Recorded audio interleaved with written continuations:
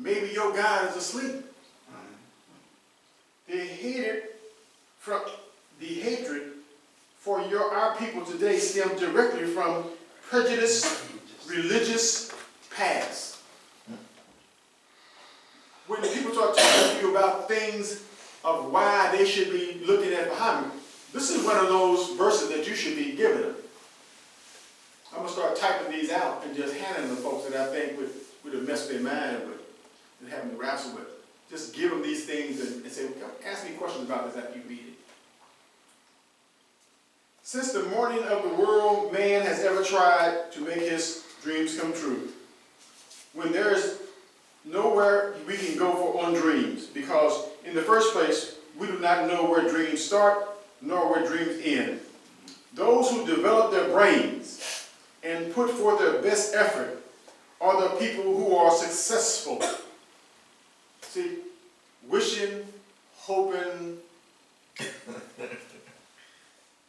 rubbing the green stone and turning 4 times and wicky-whacking, and Nope. you won't do it. You got to develop this and then become very active in the process of it. The people who do not think but depend on direct aid of the gods fail. God put you here and gave you dominion. And if you don't understand that, and you pray and ask for help, you're the ungrateful child asking for what you already have. So don't do that. I know as a parent, you don't like it. And as our parent, I don't think that spirit would like it. The builders of the pyramids did not accomplish their task by mystic contemplation, or they act and looking at a thing about something and thinking about something for a long time that should be, but is never accomplished. So meditating and deep concentration will make no sugar in your coffee. It will make no bread on your table. It will do nothing but spend your time. Will it make you calm? Possibly. Possibly.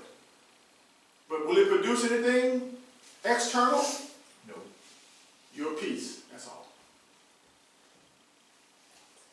A people who dwell in a land of dreams without mental and physical activity is to sojourn into a fool's paradise.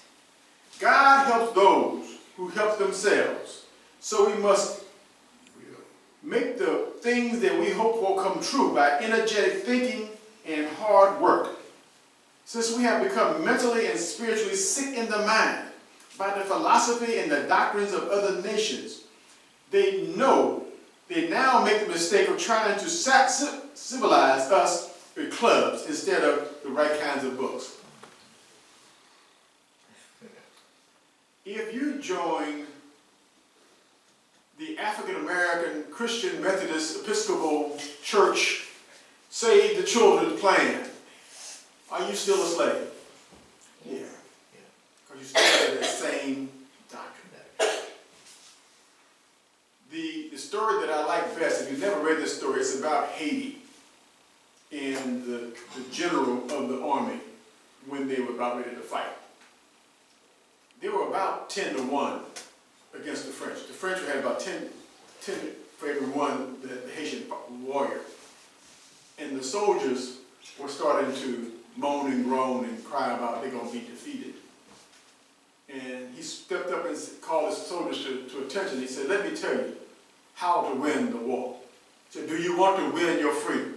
Everybody, yeah. He said, well, you got to cast away your oppressor's God and have this ritual tonight in honor of your God. They did Vodun. Vodun is what they call voodoo. Vodun is one of the oldest forms of worship on earth. And when they did that, 10-1 odds, they won. If there were ever an act that how powerful changing gods would be, that would be it. Because it happened as it occurred. It happened the day it became aware, and the day they did the ritual, the night they did the killing. So people who don't really understand what a slave is, because it's been such a comfortable existence since they took the chain off you. So you don't have the blister, you don't have the weight, you don't have the inconvenience of a chain, but you do have, I don't know. Go ahead, it's a name.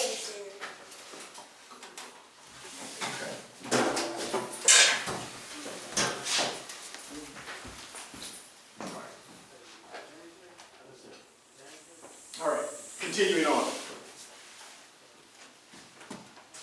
It says, since we have become mentally and spiritually sick in mind from the psychology and doctrines of other nations, they now make the mistake of trying to civilize us with clubs instead of the right kind of books. Rioting and beating down right-sided sadistic stings directly from the illiterate masses in all races and nations. So this evil spirit that we come up against, that's demonstrated by law enforcement, is a direct result of the development of their lifestyle.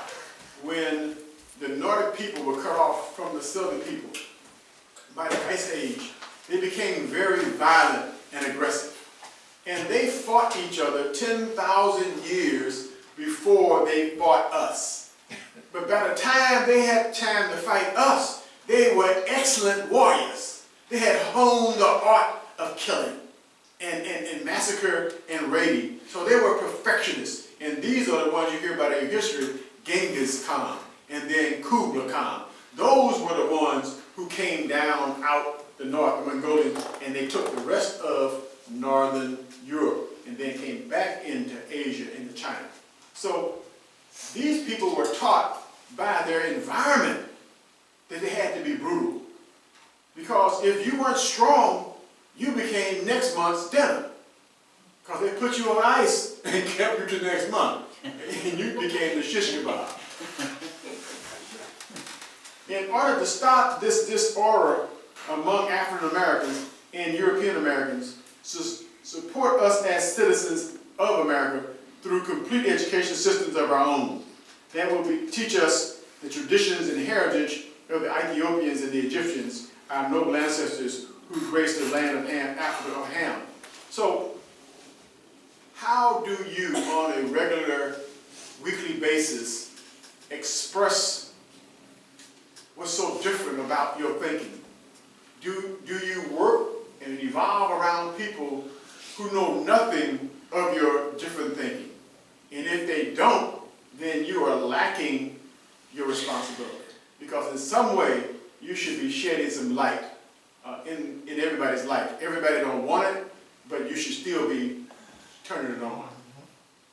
The heritage of a people are those of his ancestors who led them to taught them, and taught them to lead themselves. The verse chapter of Genesis and other places of the second chapter, with the exception of the new verses of the New Testament, is today's Negro people, traditions, and heritage. So when you look at the New Testament, that is Paul's epistles. And it has some sprinklings of our truth and parables in it. But basically all of the Old Testament is the Torah. And all of that is talking about first people, us. So you need to be very familiar with those words and languages and places so that when you speak of them, you can speak of them in some kind of chronological order if you get that deep in the conversation. It says, by revamping our pre-slavery status, we again reproduce some of our achievements. We were given dominion over this earth. So that means that in us was all the things that we needed to have a prosperous, peaceful population. And we did that for thousands and thousands of years until some of our ancients, Adam, veered off the trail. They left the light and the way, and they thought that their intellect was greater than the way of God, the internal God. So they took thousands of those families off the path, and they became the ancestors of all the lands of the earth. And they had a different way of talking about their understanding of the concept of worship of God and ancestry. But they all come from the same root. No trunk of a tree can be greater than the root. And no branch can be greater than the root, and no leaf can be greater than the branch. So no matter what concept they have, it all comes from us. And it all comes from this one knowledge that the Founder Rasul is telling you about. There's only one of us. There's only one Creator. And by the name that the prophet has brought us, says that Amun-Ra is that. If you read further, it talks about our God is Lillahi-Ra. And if you read the book, it says it is she and he. Have you caught that yet? Read your gospel. It's in here. It's a she and a he. So, it's a dual characteristic in that. And every time I read this, I run up on something that really just slaps me hard because I didn't realize, because I always said Lillahi was feminine. And then I read it further in the book and it says Lillahi was he was. So it lets us know that it was a dual spirit. And I don't know what that really means, but I do know it was not as we picture things as us. It is something higher form than us. It may be either a self-perpetuated, self-generated self that it produced itself without the agency of another. When we turn back, we revamp our slavery status, we will learn to use the law of self-preservation, which is the first law of nature, and become self-supporting people. If we don't understand this basic law of what you sow, so shall you reap, the law of reciprocity, give and take, then you will always be behind because you will never develop the trust or the love for another that looks like you, that allows you to be collectively prosperous. And the only way that we can be prosperous in this dominion is to be connected spiritually.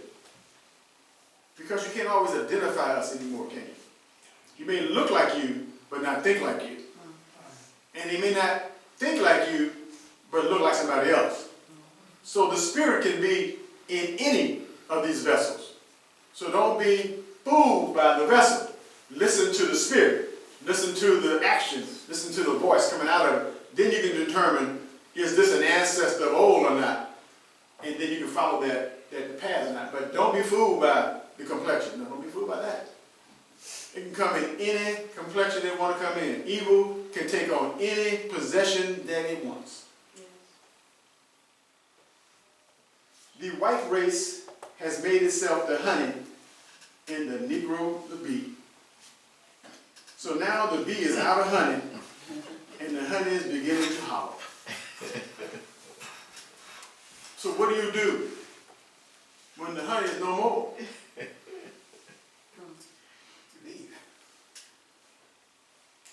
I mentioned now the philosophies of the Greeks, the Romans, the Persians, the Hindus, the Chinese, the Japanese, the European, the Asiatics, and in general, their truths. Truly speaking, we are taught to believe in the traditions and heritage of other nations. To rebel the kings of gods of other nations simply means to turn back to your own heritage. The Holy Bible declares that the God did for us, the Holy Bible declares what God did for us in the beginning. He gave us dominion over the earth where there was life.